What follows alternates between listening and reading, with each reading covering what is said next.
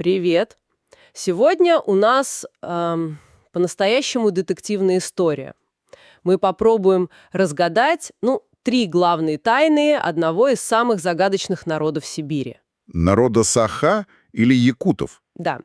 И источником для нашего, скажем так, расследования послужил диалог двух исследователей Григория Томского и Олега Цырькова из научного журнала «Конкорда».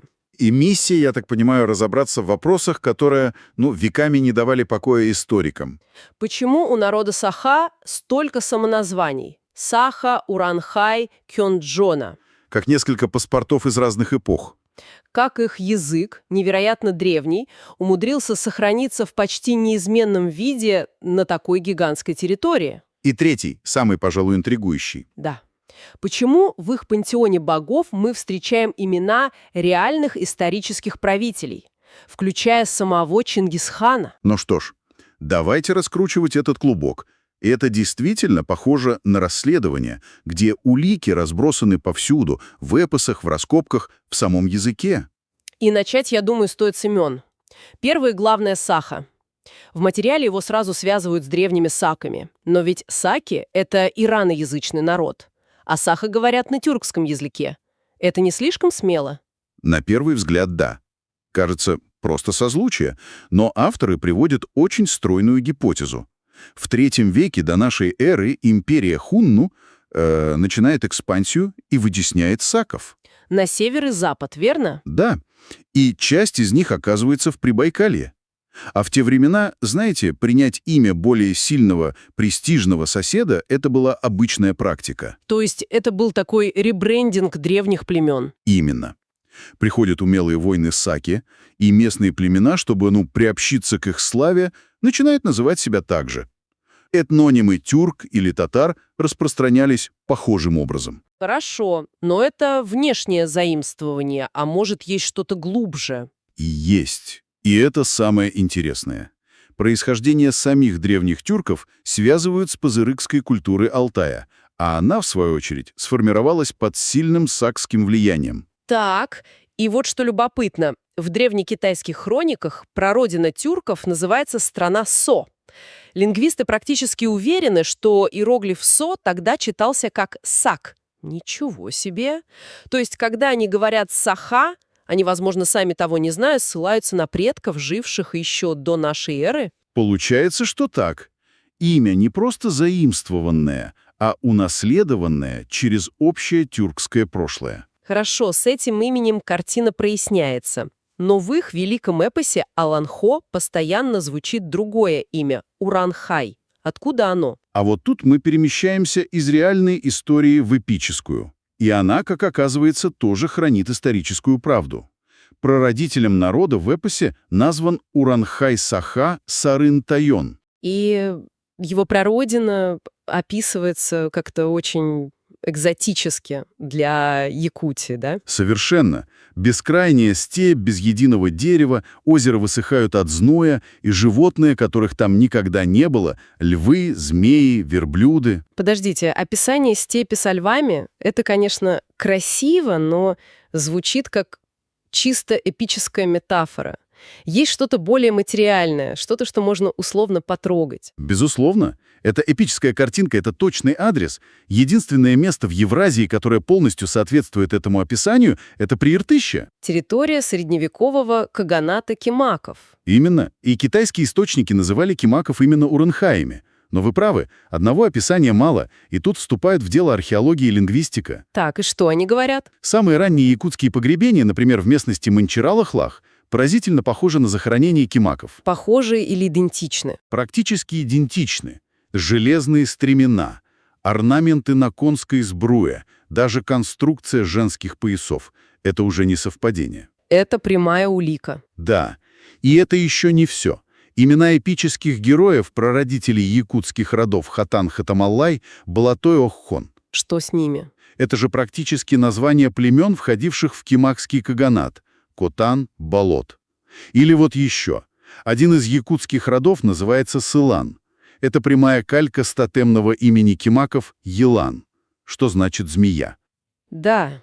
Эпос сохранил реальные этнонимы. Получается, Уранхай — это не просто имя, а память о конкретной прародине, о каганате кимаков.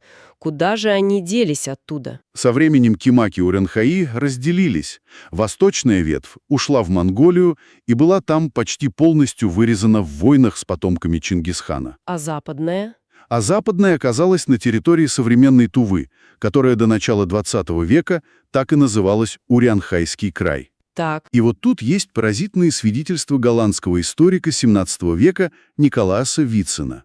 Он писал, что из Тувы в Прибайкалье пришли чужестранцы вместе с довольно значительным количеством якутов. то есть он их разделял. Уранхаи и якуты, Саха — это могли быть разные, хоть и союзные группы. Именно так. Хорошо, теперь у нас есть Саха, древняя идентичность, и Уранхай, память о приходе с Запада. А что с третьим, самым поэтическим названием Кюньджона — люди солнечного племени? А вот это прямая ниточка к тем самым хунну, которые когда-то вытеснили саков. Гуннам? Да. Дело в том, что слово «кюн» — солнце в тюркских языках фонетически соответствует сагдийскому произношению этнинима гунны. То есть люди солнечного племени — это, по сути, люди племени гуннов. Люди племени хунну. Да. В своем эпосе народ Саха до сих пор, возможно, неосознанно, называют себя их потомками. И есть еще подтверждение, кроме лингвистики. Есть. Узоры на традиционной одежде, орнаменты, есть параллели в хунской культуре. А генетический анализ волос из княжеских погребений Ноинулы показал их поразительное сходство с волосами современных якутов. Вот это да. То есть народ Саха носит в себе, как в матрешке, 3 исторические идентичности — древнюю сакскую, средневековую кимакскую и великую хунскую. Эта связь с хунну, кстати, идеально подводит нас ко второй тайне — к пантеону богов. Именно. Если они помнят хунну в своем имени, то должны помнить и в самом святом. В эпосе Алонха есть такая формула, как заклинание по решению Одунхана по велению Чингисхана. Получается, исторические личности стали богами? Именно так.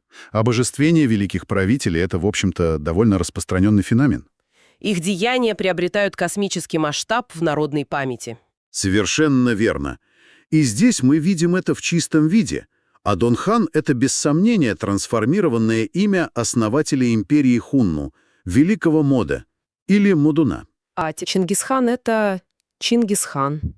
Один из самых почитаемых верховных божеств Аю. Сама фраза «по велению Чингисхана» означает, что герои эпоса живут по его законам по Великой Яссе. Вот это поворот. То есть их пантеон — это не мифические создания на облаке, а, по сути, зал славы реальных исторических ханов. Это же полностью меняет взгляд на их религию. Она становится хроникой, а не просто верой. Моды и Чингисхан — это единичные случаи или этот зал славы более обширный? Гораздо более обширный. В полной версии этой формулы упоминается еще Билге-хан. Кто это? Исследователи почти уверены, что это Билге-каган, один из последних великих правителей второго тюркского каганата. Рядом с ним стоит Танха-хан. Его мудрый советник Тонюкук, он самый. Якутский фольклорист Гавриил Байшев гениально сформулировал этот принцип. Святые небожители рождаются на земле, потом взлетают на небо. Потрясающе. Живой исторический архив, зашифрованный в религии. А если там фигуры помельче, не императоры, а, скажем, министры? Есть и такие гипотезы. Возьмем, к примеру, Баяная, покровителя охотников, очень популярное божество. Так. Есть убедительная версия, что его прототипом был реальный человек по имени Баян из племени Канглы. Он жил в XIII веке и был, скажем так, верховным распорядителем императорской охоты при внуке Чингисхана Хане Хубилая. И есть какие-то детали, которые на это указывают? Есть. У одного из эпических братьев Баяная есть титул Эркин, а это реальный титул, которым в Средневековье у тюрков называли племенных вождей. Вот такие мелкие детали самые ценные. Мы видим, как история империи отпечаталась в их именах, в их пантеоне богов. Но ведь должен быть главный носитель всей этой памяти — язык. И вот с ним-то, я так понимаю, самая большая загадка. Да, это настоящий лингвистический феномен, представьте. Огромная территория, от Ледовитого океана до Китая, редкое население, отсутствие письменности веками. Любой другой язык в таких условиях распался бы на десятки диалектов. А якутский поразительно един и, что самое главное, архаичен. Ключевую гипотезу здесь выдвинул еще в начале 20 века ученый Гавриил Ксенофонтов, Что он предположил? что якутский — это прямой наследник языка хунну. После распада их империи остатки хунну хлынули в Прибайкалье, ассимилировали местные племена и передали им не только свой протюркский язык, но и культуру обработки железа. Прямой наследник языка хунну. Звучит почти слишком хорошо, чтобы быть правдой. Нужны какие-то лингвистические отпечатки пальцев. Они есть, и они поражают. В источнике приводится анализ имен европейских гуннов, которых мы знаем по истории, и они, на удивление, легко расшифровываются с помощью современного якутского языка. Ну, например. Жены знаменитого Аттила одну звали Керка, другую Илдига. В якутском есть слово «куо», означающее «благородная, красивая госпожа». Так. И тогда Керка превращается в Керекуо, красавица-госпожа, а Илдига — в Ильдикуо. Погодите. То есть имена из римских хроник вдруг обретают смысл на якутском. Это же невероятно. А что с мужчинами? Сын Аттилы. Его старшего сына звали Эллак. Это очень похоже на якутское имя Эллех, которое означает «правящий, владеющий государством», что вполне логично для наследника. Это уже не может быть совпадением. А имена его военачальников Айор-Барс, Герик, Курдах также находят прямые и очень логичные аналоги. Это система. Хорошо, хунская, то есть древнетюркская основа выглядит убедительно. Но ведь в якутском огромное количество монгольских заимствований. Как они туда попали и не растворили эту древнюю основу? А вот это ключ к социальной истории народа. Заимствования распределены не хаотично. Весь основной словарный фон, связанный со степным скотоводством, войной, властью, То есть с жизнью элиты. да, он общетюркский, тот самый хунский пласт.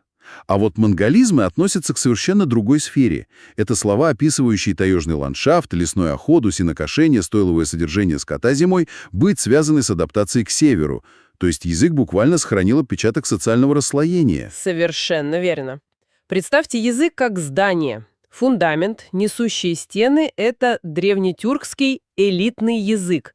А вот слова для описания быта простого люда, таежной жизни — это как бы пристройка из монгольского. Языка ассимилированного местного населения. Именно, что особенно показательно, из монгольского пришли и слова, обозначающие бедные слои, челядь, и термины обычного права, как отмечают авторы, потому что они были наиболее часто судимой и наказуемой стороной.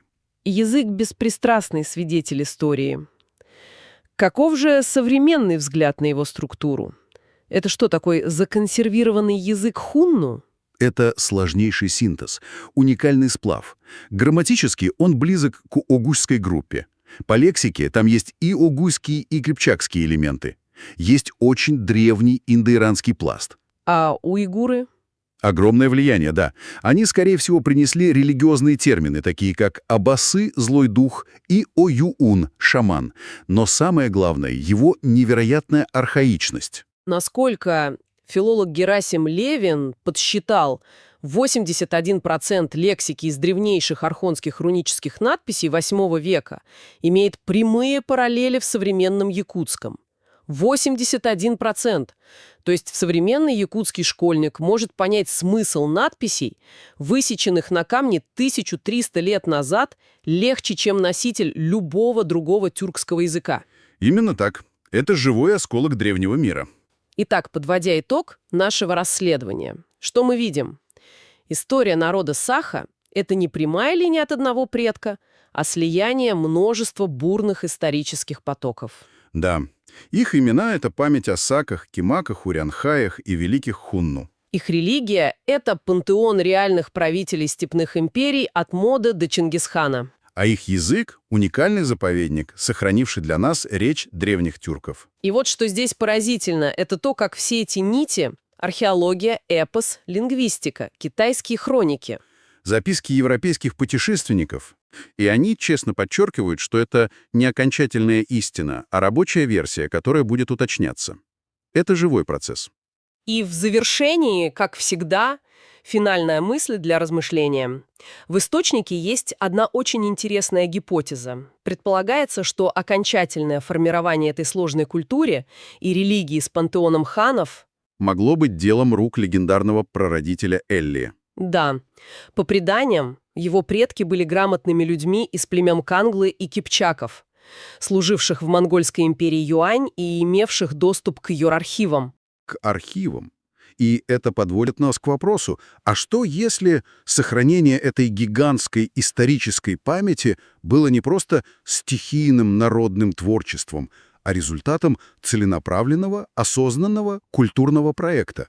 Проекта, созданного образованной элитой, которая, заглянув в архивы рухнувшей империи, решила воссоздать и закрепить для своего народа его собственную великую историю, не просто сохранить, а сконструировать заново.